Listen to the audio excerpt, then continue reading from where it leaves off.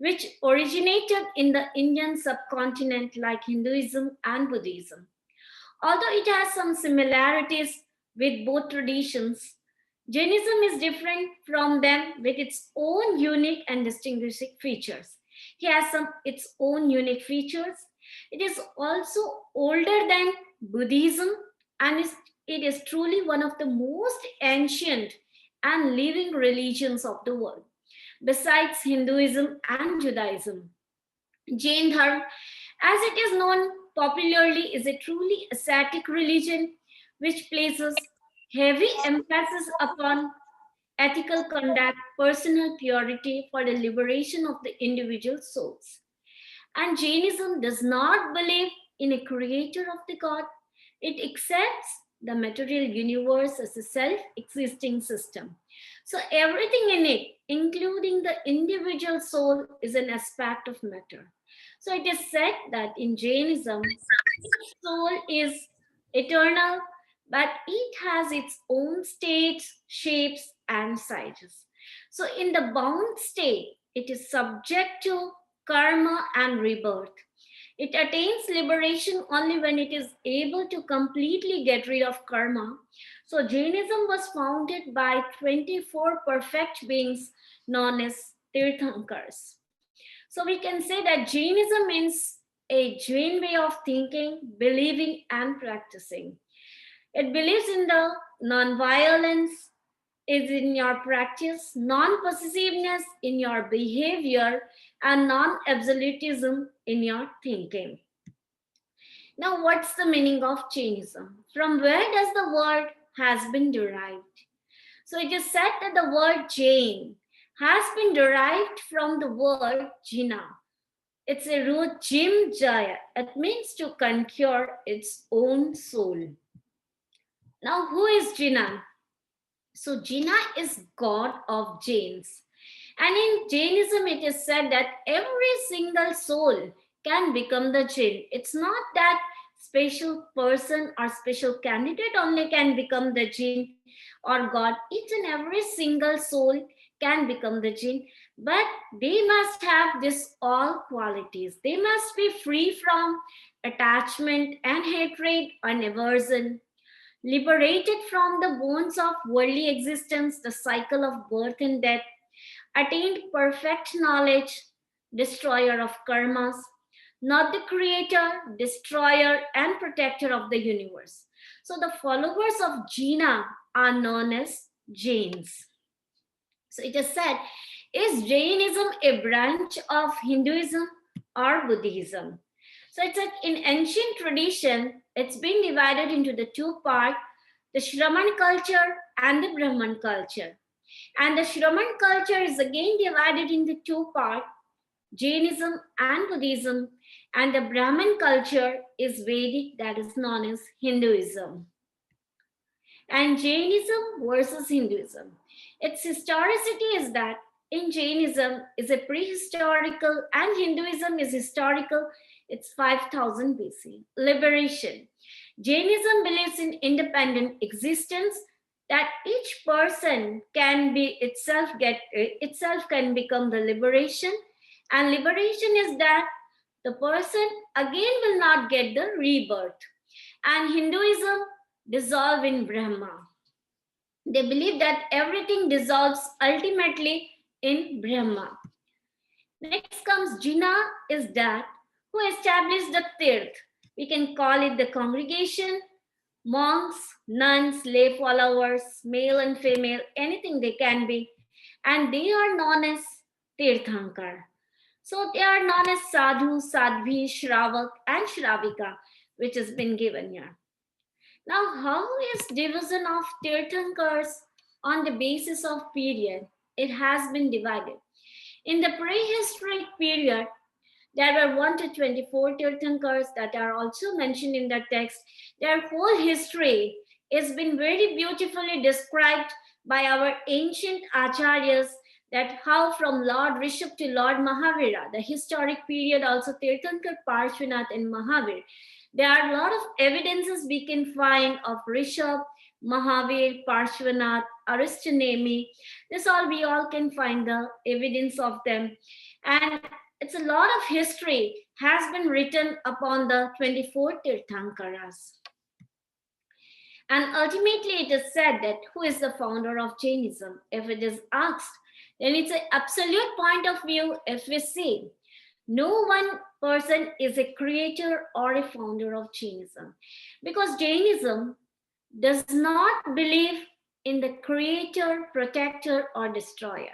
It is said that from the long, long years ago, we don't know. It's an infinite years when it has been started and when it's going to be end. We don't know. So it's said that absolute point of view, no one person is a creator or a founder of Jainism. And if we see relative point of view, so it is said that Lord Rishabh and Mahavir are the propagator of Jainism. Lord Rishabh was the first Tirthankar of Jainism who gave the everything he taught this, like for example, he taught 72 arts to the boys, to the male, and the 63 arts to the females. So these are the arts is all being taught by the Lord Rishabh and Mahavir, which now whatever we are speaking about Jainism, it's all the teachings of the Mahavir. So whatever the Lord Mahavira has taught us, now the Jain monks, nuns, Samniji, they all teach what the Lord Mahavira has taught. So symbols and iconography, if we go. So it's said that outline of the universe, it's called the loop. If we see what type of symbols and iconography. Raised hand is known as Ahimsa, non-violence, stop to think before acting. It's four arms, you can see, that's known as swastik. We call it that in one part it is heavenly beings, in the other it is human beings, and in the third form it is animal beings, and in the fourth it is hellish beings. So it is said that a person is either born in a heavenly beings, human beings, animal beings, or hellish beings. And ultimately, if it destroy all the karmas, then he can go to the moksha. So the three dots, right faith, right knowledge, and right conduct, this is the most important, because if a person has the right faith, right knowledge, and the right conduct, then he can ultimately get the moksha. And the curved arc and dot is known as the moksha. A person once reach on that dot, they will never come back to the earth. They will never be have rebirth again. So this is the symbols and iconography of the whole universe according to the Jainism. Now, what's the ultimate aim of soul? And this is very important to important terms in Jainism. The whole philosophy moves around the soul. Jainism gives more emphasis on the soul. That how can a person make their soul more purer and purer? The soul is the main driving force of our life. Without soul, our the physical body is useless. So this matter a lot. What kind of activity we do? If we do good deeds, we will get good. If we do bad, we will get the bad consequences. Soul is formless. Many different view we get related to soul. Where does it remain in our body? But soul persists entire in our body. So Jainism gives more importance to the soul. So Jainism is a soul-oriented philosophy, and goal of each soul is to get the liberation. If you ask the small kids also of Jainism, where do you want to go ultimate? What is your ultimate goal? The same thing they will do. My ultimate goal is to go to the moksha. And the threefold path of liberation is, as I said before, right faith, right knowledge, and the right conduct is more important in the Jainism.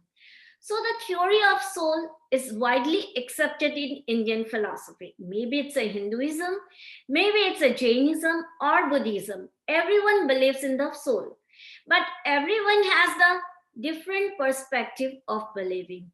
So it was soul is eternal, it was there in the past, it is here in the future, and it will be there in the future also. So rebirth is possible because of the eternity of the soul. There must be a reason for rebirth. So what causes rebirth, it is said? Why does the soul takes the rebirth? So it has been explained why soul takes the rebirth. Before that, we will go on the Jain traditions. That what are the Jain traditions? What does the Jain believes in the traditions? So it is said that pilgrimage allows Jain to take on the lifestyle of monks and nuns, may visit any number of temples or locations associated with the lives of Jains. Digambar monks, especially male, do not wear clothes as it is seen as attachment to the world. They think that it's a attachment to the world. Shwetambar monks and nuns wear white clothes and cover their mouths. The reason behind covering the mouth from the cloth is that number one is, according to Jainism, it is said that the whole universe, in the whole universe, there are infinite jivas, infinite living beings, which we cannot see from our eyes. And this can be seen only by a special person. They can only see, special monks only can see, which are not present in this era. So that's the one reason that if we speak without the cloth, there is a lot of chances that a lot of the insects can be killed from ourselves.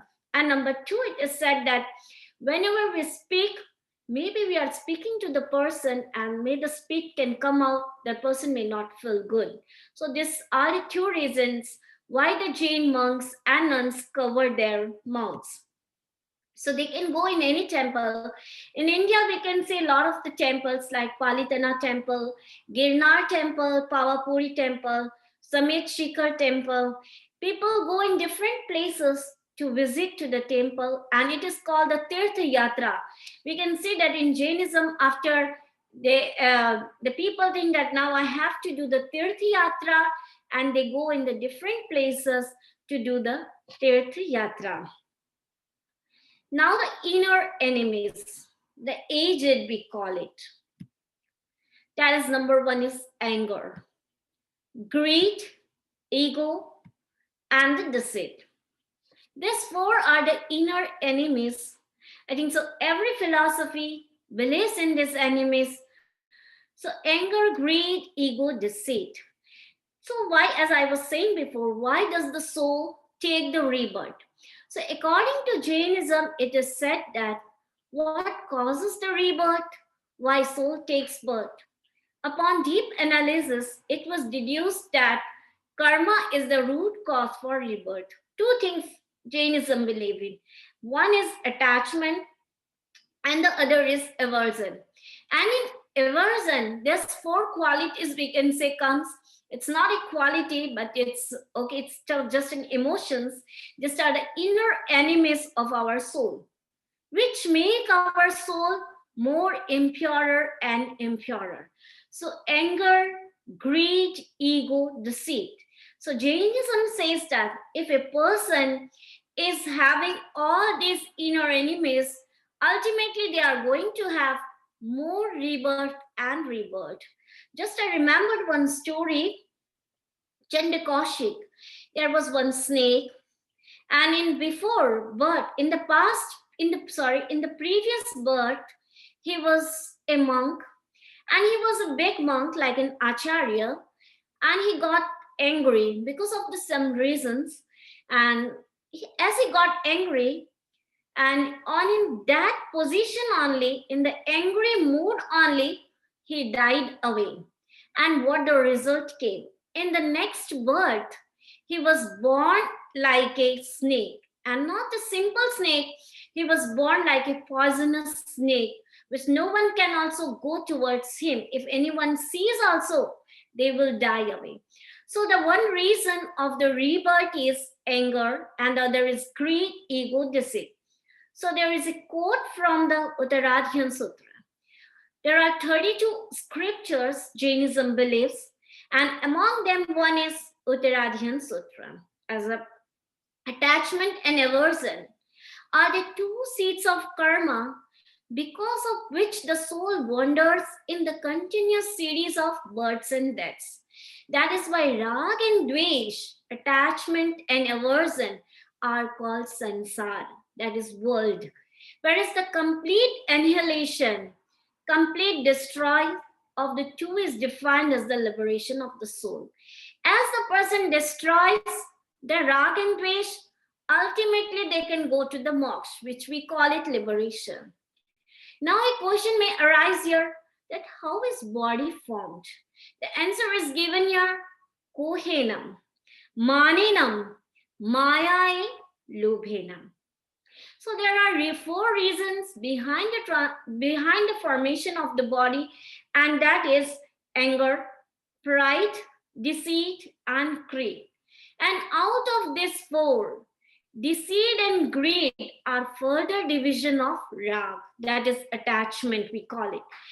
These are the two terminologies of Jainism, as the people say, rag and dvesh. So similarly, anger and pride are the division of dvesh. We can call it hatred or aversion. In short, rag and dvesh are two main categories which are further divided again into the two types. So it is said that in the two types, Krodh, Man, Maya, and Lobh. So the above mentioned four categories are the primary causes of rebirth, and these reasons have also been quoted in the other scripture. It is known as Dasve Alyam, it is called. So there are 32 scriptures Jainism believe in, but different tradition in Jainism also there is different tradition. Shwetambar and Digambar. So Shwetambar is divided into the two parts, that is known as Terapanthi, and one is Mandir Margi. And the other is Digambar tradition. So Shwetambar Terapanthi believes in 32 scriptures, which is preached by the Lord Mahavira. And the other one, Mandir Margi, believes in 45, and Digambar believes in 84 scriptures. So this is said that uncontrolled anger, pride, the ever-increasing deceit, and greed are the four kashais. This is a terminology of Jainism, kashais, which is termed as passion, that is known as negative emotion, we can say, and that strengthens the cycle of rebirth. Why the person is born again and again? So this is the ultimate reasons. So all religions revolve around these four kashais. They help in forming the definitions of sansar world and in penning the literature like Achar Sastra and Moksha Sastra, which is relate to the code of conduct and emancipation. So these are the inner enemies. Now comes the Jain way of life has three core practices. Each person tries to follow these three core principles of Jainism. And one is Ahimsa. Non-violence should be compassion towards all living beings. Even a small bug also, we must have compassion towards that also. Aparigraha, balancing of needs and desires. Anekant, that is known as non-absolutism, respect for multiple viewpoints. So we are going to discuss first what is Ahimsa, the first core principle. It is A is avoidance of harm by intent, by mind, speech, and action. So it is said that Jainism as not a religion but a way of life with three core principles. Jainism is not that only a Jain followers only can follow the Jainism. Anyone can follow the Jainism. Whoever is following these three things, but it's a very subtle, we can say that it's a very subtle, that Ahimsa, Anekantvad, and Aparigraha. Jainism states that all souls can reach the moksha, a state of complete bliss through its own efforts. It shows how can we solve the problems of our world. It shows a vision for an environmentally sound, cruelty-free, and a peaceful world. And one of the primary principles of Jainism is Ahimsa, which is non-violence. Non-violence means giving respect or reverence to all forms of life, all life formations, including human beings, animals, plants, trees, insects, etc., have same life source of energy as the human beings we have. This energy is available even in invisible creatures in air, water, wind, and earth. Nonviolence is equated with 60 virtuous qualities like peace, harmony, welfare, trust, fearfulness, etc. So, the direct principle of living is not living for others or living by killing, but living with and for others. So it is said that the primary aim of ahimsa is that accumulation of such negative karmas should be prevented. This goal is shared by Jains, Buddhists, and Hinduism, but the Jainism is more comprehensive. Their views and ways of applying this concept of non-violence to daily activities and consumption of food influence their lives. The central theme for Ahimsa is vegetarianism. It is also not being greedy about your food, eating your last meal of the day much before sunset, sharing your food and eating food that is grown according to the season and local conditions. This discipline of food consumptions should be applied to other areas of life also. So, however, ahimsa means vegetarian also. It's a one path only, but to treat all living beings that comes in our path with kindness, compassion, and forgiveness. It is relatively, it is said that it's very easy to be vegetarian. It's not a very big task to become a vegetarian. But these other aspects of ahimsa require us to be watchful of our thoughts, that what is our thoughts, speech, what words we are speaking, what's our action. Ahimsa is as much mental as it is physical. So ahimsa is neither a rule nor a ritual. It is a discipline not only for an individual at a certain time, but for all people at all times. So this is the meaning of ahimsa, the first core principle.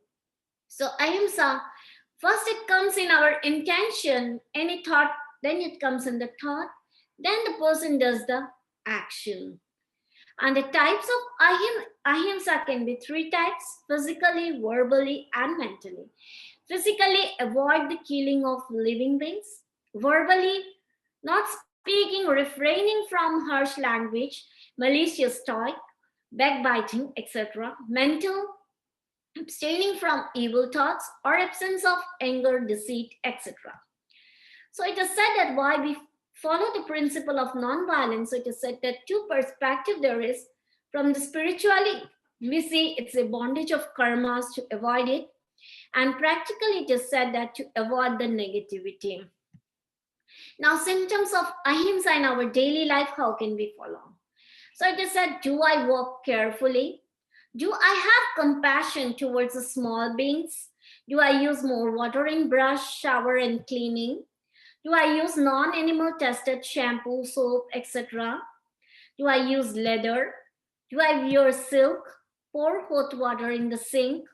I hurt animals for my enjoyment. Do I do unnecessary movements or perform meaningless activities? Do I indulge in exploitation, adulteration, or any other non-ethical act? Therefore, Jain way of life is one where violence is minimized at all costs. Now, our next comes the second core principle is non-possessions. It's controlling your desires. The upper degree in the Jainism principle of non-possessiveness that focuses on creating a balance between desires and needs and a detachment from your own possession. As we all know, the resources on our earth is diminishing on a day-to-day basis. This way, it's imperative for everyone to think about his or her consumption habits and what are the possessions that are truly required.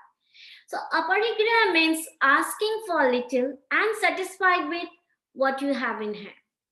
This thought process results in reducing distraction, killing and violent methods of acquiring wealth, removing unwanted luxuries of life that produces a huge amount of carbon emissions, can reduce the phenomenon of global warming also.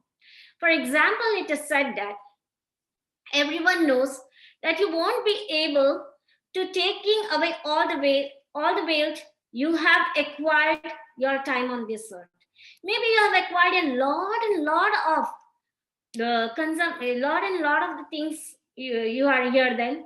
So if you are in your deathbed, you will be willing to sacrifice everything you have earned to live for some more time with your loved ones.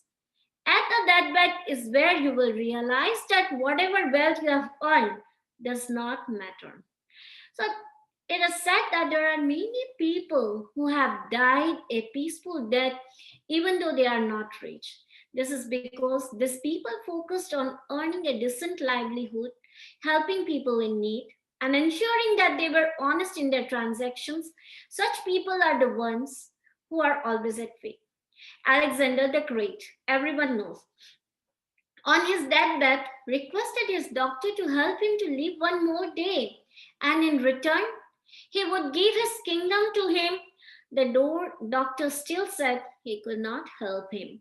If Alexander the Great had known the value of his kingdom was not worth a penny, then he would have not wasted his life by acquiring kingdom. Thus he requested to all that his palms would face upward towards the sky when he was laid out in his coffin, to look like a beggar, so that both would know even Alexander the Great went empty handed. So, an aparigraha enables us to take what is truly necessary and no more. So, this principle, if practiced along with Anekant and Ahimsa, can make the world a better place. So, this is the second non position. So, it is said that should I be guided by what others have, or should I be guided by what I need? So, make a clear distinction between need and desire. Now, significance, if we see spiritually, to practicing restraint, minimizing desires, practically, if we see for a happy and harmonious life, aparigraha, that is non possessiveness, is very important. Now comes our third core principle, Anekantvad. Anekant means non absolutism, and it is made up of two words, Anekant. According to Jain philosophy, it is said that Anekantvad is a very important which can resolve the many problems of the world. Jainism respects the view of others also. It encourages harmony and dialogue with all different faiths. This principle can be used in different aspects of life as well. Many medicines in the world are being discovered to provide peace of mind. However, the best medicine that can transform the argument to the discussion is the doctrine of Anekantvad. Anekantvad means no single point of view is a complete truth. For example, a given medicine can be beneficial for one person but harmful for another person. The best thing about Anekantvad is that it emphasizes how much we can emphasize.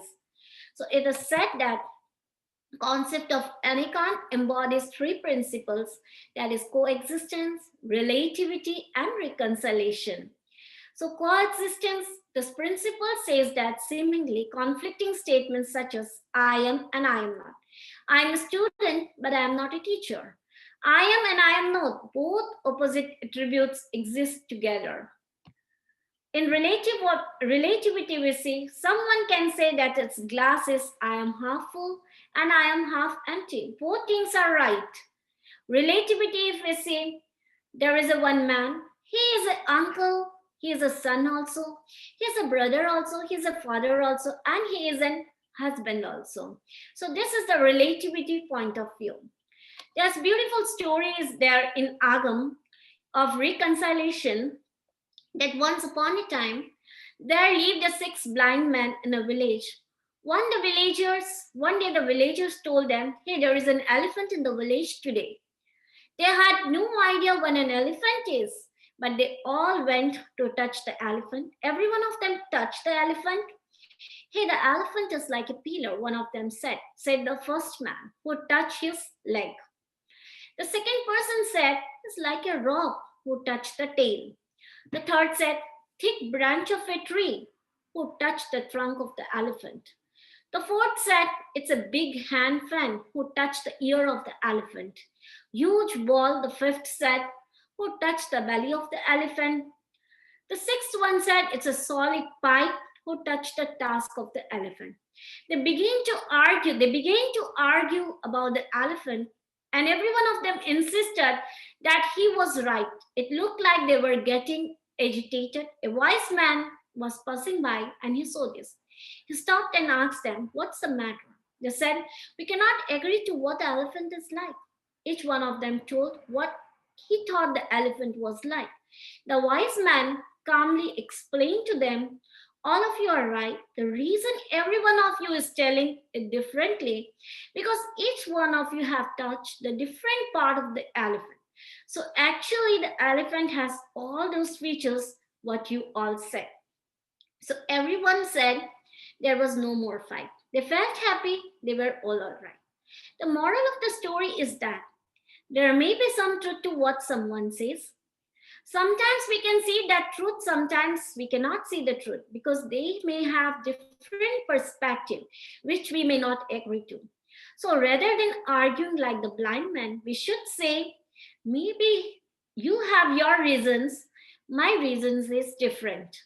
This way we don't get in arguments. In Jainism, it is explained that truth can be stated in 7 different ways. So you can see how broad Jain religion is. It teaches us to be tolerant towards other for their viewpoints. This allows us to live harmony with the people of different thinking. This is known as the Syadvad, Anekantvad, or the theory of manifold predictions, but ultimately it is Anekantvad. So relation of understanding and appreciation. Einstein has very beautifully said, don't just understand it, appreciate the diversity also. So now we are going, and next it is said that what is the symbols of Jainism? As we have discussed the symbols of Jainism, that it is said that the sacred fate days are there. In Jainism, there are some sacred fate days. So its Mahavira Jayanti is being celebrated in Jainism. It occurs around March or April. In the born of Lord Mahavira, people celebrate the Mahavira Jayanti, community worship, processions, and spiritual activities. A lot of the things goes on these days, and especially it is celebrated on the March or in the April. Next comes here Diwali. Occurs in October or November, and day after Diwali, some Gujarati families also believes in the beginning of a new year. And it especially Diwali is celebrated in Jainism in the Veer Nirvan Divas of Lord Mahavira. It is believed that Lord Mahavira has been gone to Nirvan. Nirvan means moksha. He has taken the liberation on that day in the Pavapuri. So Diwali is also celebrated in this way in Jainism.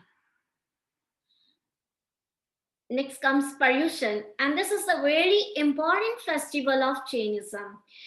And this is the most important festival of Jainism, and it occurs in August or September. And most important festival we can say, in these days, people don't eat the green vegetable foods also, the rooted vegetable foods also, and most of the people, they need to do the fast. They try to do the fast. Even the small kids also they do the fast in these days. And spiritual preceptors are there. They read about the sacred scripture. As I have said before, there are 32 scriptures, and on this day, 8 days it is, and in 8 days, as much as they can do the spiritual activity, the people try to do that much activity in these days. And it is also said that some people are there who they are 24 hours, they are busy in doing the spirituality also. After sunset also, people don't eat in these days. And one day it comes, and we call it Samvatsari Mahaparv, the seventh day of the Paryushan. And in Samvatsari Mahaparv, all the Jainism, they do the fasting, not to eat the whole day.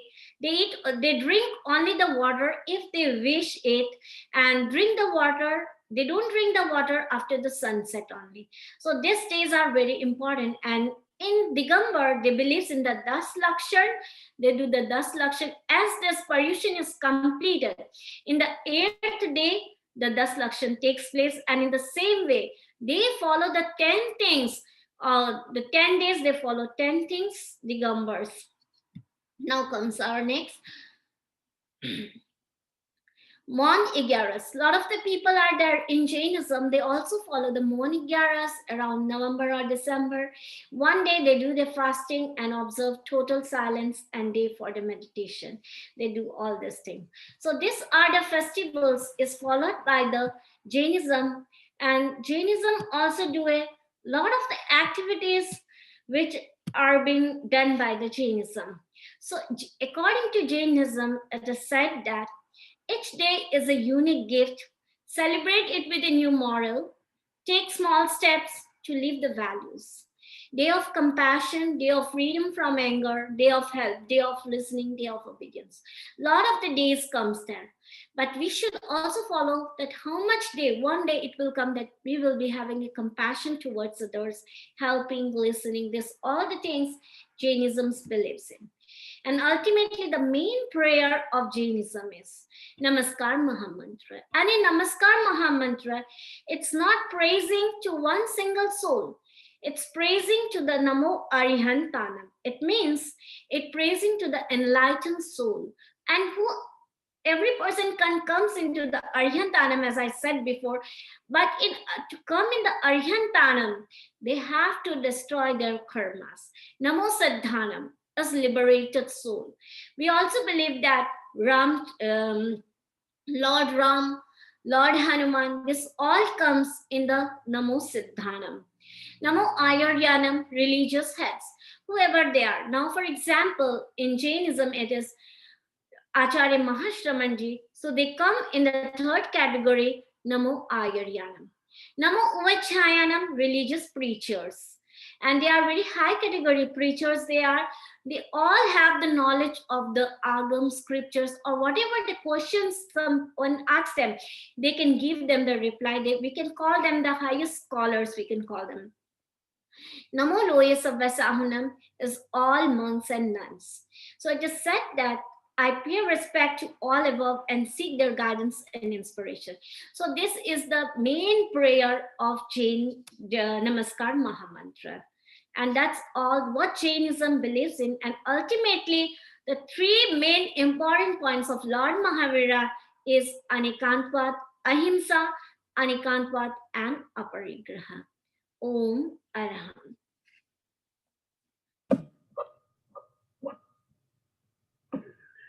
Thank you very much, Samani ji.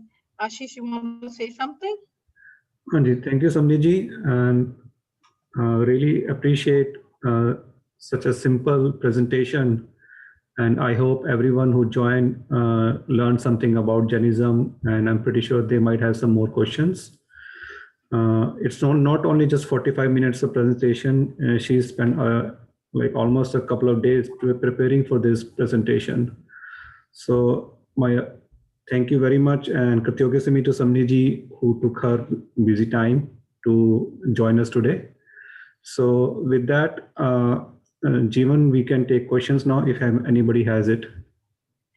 Yes, I would say if you have any questions, you can unmute yourself and ask a question. Just be mindful and respectful that we give everybody the mic when they are speaking.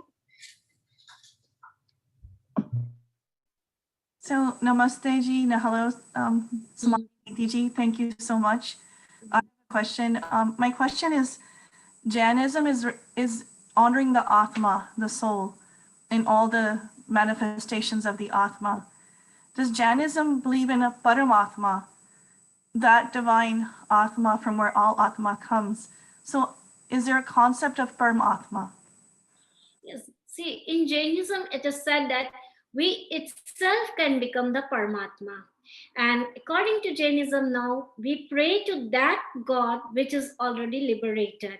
And that is Lord Mahavira, Lord Rishabh, the 24 Tirthankars. They are the Paramatma for us. And itself, we can also become the Paramatma.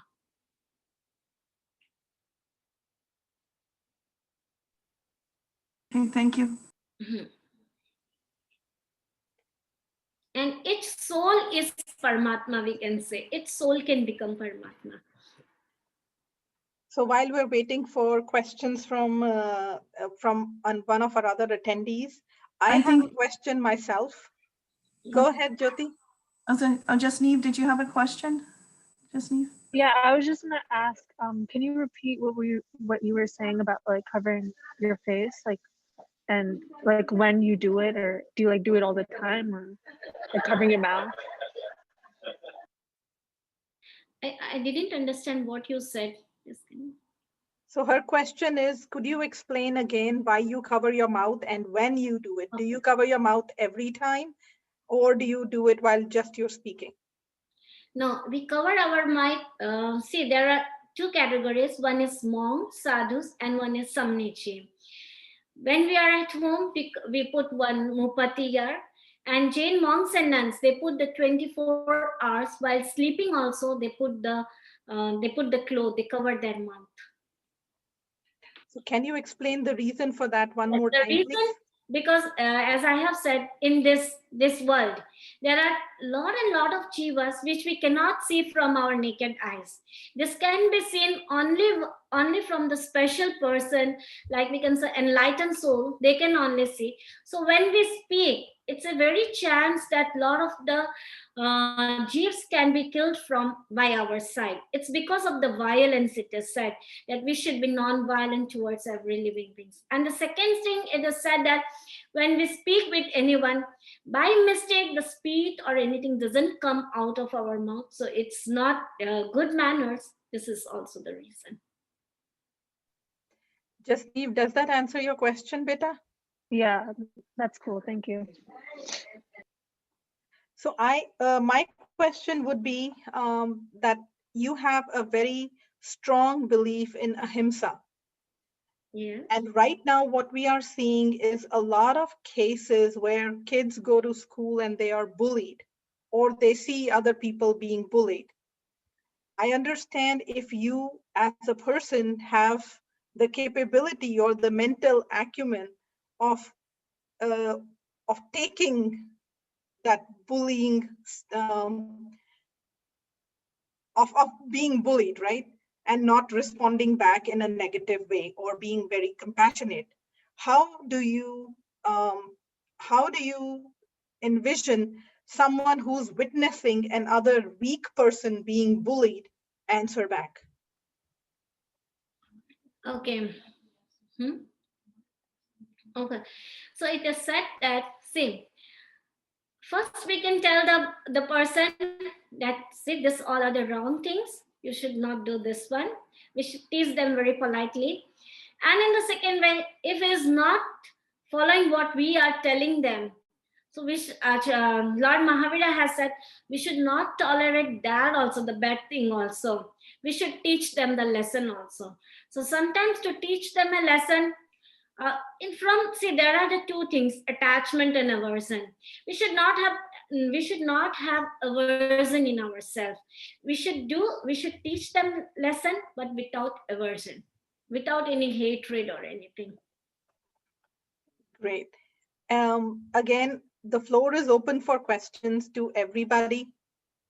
Please feel free to unmute yourself and ask any question. She has been really, really phenomenal in preparing, and she's here to answer your questions about the faith. Gurpreet, you have a question? Yes, I do. First of all, Samani ji, thank you so much for taking the time to educate us and create awareness about the faith. Really appreciate it. It's been very educational. The question that I have is around, you touched upon the creator, that you you don't believe in a creator. For Jainism, that is, did you mean that at a larger sense that there is no creator and we just emerged? I guess I just want to understand that concept from Jainism. Okay. So in Jainism, it is believed that there is no creator, no protector, or no destroyer. The soul itself means we don't know. If someone asks the question that from where the first hen came or first the egg came, we don't have the answer. First who came? So in the same way, from where does the soul came? If the first person came, like for example, if Brahma came, Brahma is the creator. From where the Brahma came, the question is. And the resolution will go, Brahma came from where? Again, that person came from where? This will go. So it is said that, and Jainism is very magnet, it is said that first all the jivas were in a nigod, we can call it. It's a very tiny creature. So from there the life starts. It's a very terminology of Jainism. So I don't want to go such deep, but ultimately Jainism does not believe in creator, protector, or destroyer. Great, thank you so much. Harsh and Eka, do you have a question? Don't have a question. Before I left and I had to leave, but I did want to say thank you very much. This has been extremely educational, and raising the awareness of the basic set of activities we could be doing to be kinder to the rest of the humanity. So it's been very educational, Samaniji, and I'm very appreciative of your time and for everybody who put this thing together as well. So thank you for doing that. Thank you, Harsh. I was wondering, and I was hoping that one of our participants would ask this question. When you talked about Ahimsa, and in everyday life, you mentioned not using the hot water in the sink, right? Do you use hot water in the sink? And I'm wondering, in the cold that we have here, I think all of us take bath with hot water. It is very inconceivable for us to not practically be using hot water. Do you think that, I mean, I understand when you say that hot water could kill some of the living beings, but do you advocate that in cold conditions such as we experience here in America, that it is a practical way to go? I would not like to comment anything on this one. So I can try to add that, Jeevan, on this one. So as per Jainism, like our core principle is Ahinsa, and as you probably understood, throwing like something very hot, like let's say boiling water, and if there is a possibility like some animal or some microorganism can killed. So basis on that, it was said like, okay, don't pour very hot water into that. But if you day-to-day life you're taking lukewarm water shower or any purpose, I believe it should be okay.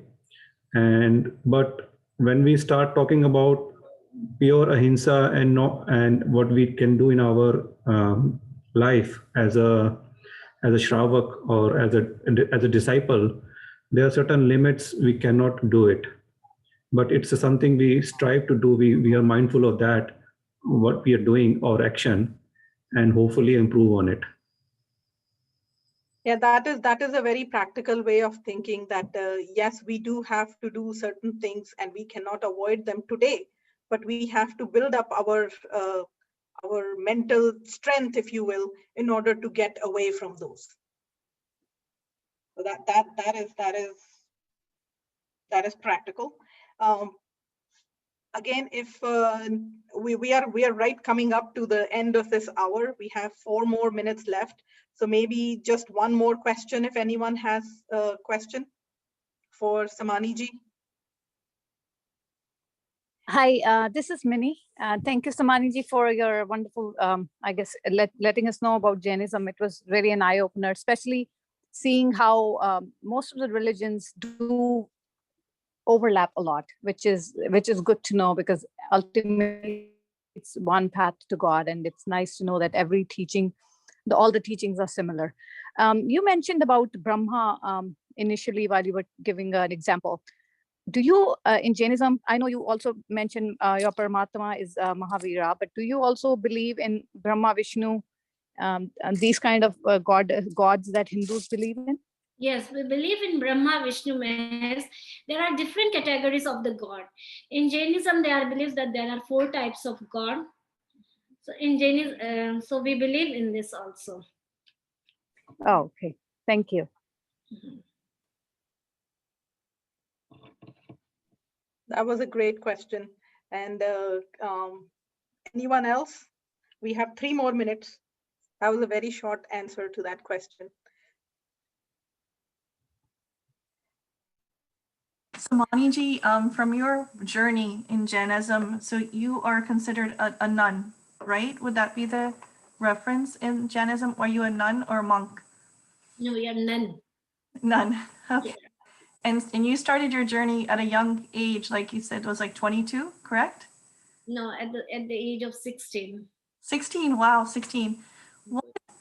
When you were 16 years old, like what, you had so many, at 16, I mean, my son doesn't know like so many choices, but you chose a path. What made you at 16 chose such a spiritual, devoted path? If you could just share. We can say that just we can say the surroundings also, like the teachings we live in India, and we meet a lot of the monks and the nuns. So if we come to know the reality of Jainism, that what is real in the life, what is the importance of the life, then we can go ultimately in this goal. Like we all if the focus comes on the soul, that my focus is only the soul, I want to make my soul more purer and purer. As now it is said, like Jivan Ji has said, that it's not possible for the lay followers, that they cannot do they cannot be live without the water, they have to pour the hot water. But yeah, it's not compulsory that we have to do that only. So we can हम कह सकते बहुत सारी चीजों से हम बच सकते हैं. That's why my main focus is, because of the focus is soul, that's why we choose this path. Oh, I have another question. Go ahead. You mentioned like about, I think just right now she mentioned about nuns. That made me think. So are you guys allowed to get married, or is it just like the Christians? After taking initiation, we cannot do the marry or anything. Before taking initiation, if there is any married person, they can take the initiation, no problem. Okay, so if they are already married, they can still. Yes, they can. But after you get take the initiation, you can't go back. We don't have any relation with our families or anyone. We don't have now relations. Oh, we have okay. left all the relations, everything. We have only, we follow on now what Acharya Mahashramanji, our leader, whatever he is saying, we follow to them. We follow to him only. Oh, okay. But you also mentioned that if somebody is married before initiation, then do they leave their family life? Yes, they have to leave their family. Oh, okay. Okay. Thanks. So just to add to Minnie's question, like in Jainism, I'm pretty sure probably in all other religions too, at any time you can decide to follow the path of being monk or being nun. And obviously, if you want to follow that path, you leave all the attachments and all the worthiness behind you. And that's a way, at least in Jainism, is been told to do that. If tomorrow, if I want to become a monk, I can do that if I decide to leave everything and sab moh maya ko chhodkar. So that's the basic of it. And it's not very easy also to become the monks and nuns.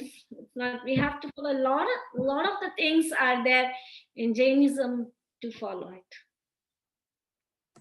Samani, did you say it was easy or hard? It sounds very hard. According to me, it's easy now. I can tell everyone that if you want to join it. It's easy. But if you see from the other perspective viewpoint, if the person wants to understand, they will feel that it's very hard for them. Now we feel that, oh my God, your life is very hard for us.